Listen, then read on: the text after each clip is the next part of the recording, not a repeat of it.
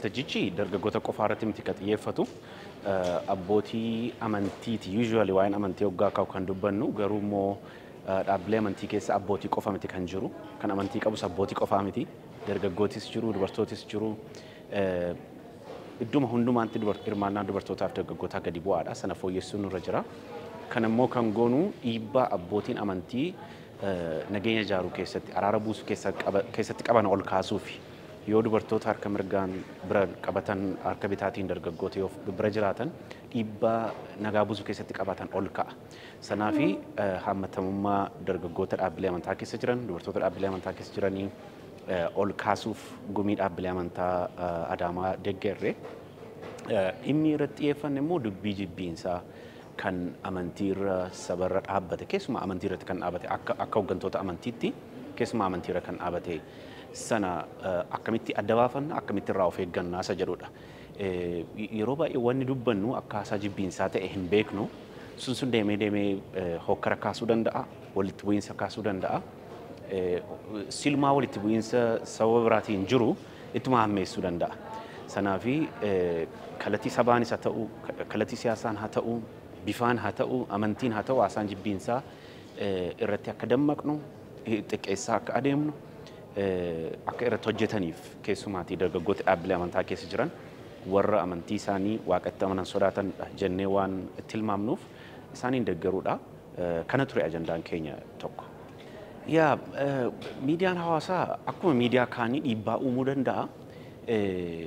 Lola yoo faarsite, lola yoo deeggarte, lolli gaariidha yoo jette sammuu namaa irratti isumatu dhiibbaa fida. Aadaan hokkaraa yookaan culture of violence inni jennu hammaataatti adeema. Garuu ammoo walitti bu'iinsi jira, rakkoon jira. Haga danda'ametti karaa nagaatiin akka furamu ergaa jedhu yoo ammaa dabarsitu dhalootii haaraan ijoollee xixiqqoon miidiyaalee hawaasummaa irra jiran karaa waraanaa qofa akka hin taane karaa nagaas rakkoowwan adda addaa furamuu akka danda'an gaaffii adda addaa deebi'uu akka danda'an baraate adeemu.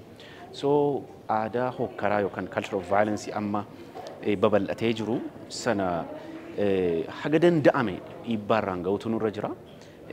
Sanaaf ijoolleen sooshaal miidiyaa irra jiran miidiyaalee hawaasaa irra jiran kun waan kana hubatanii shoora qajeelaa akka taphatan dhiibbaa gaarii akka uuman sanaaf jenneeti kan isaaniinis hirmaachifne haga ta'e leenjii isaaniif kennine isaan immoo hojii kana jalqabu.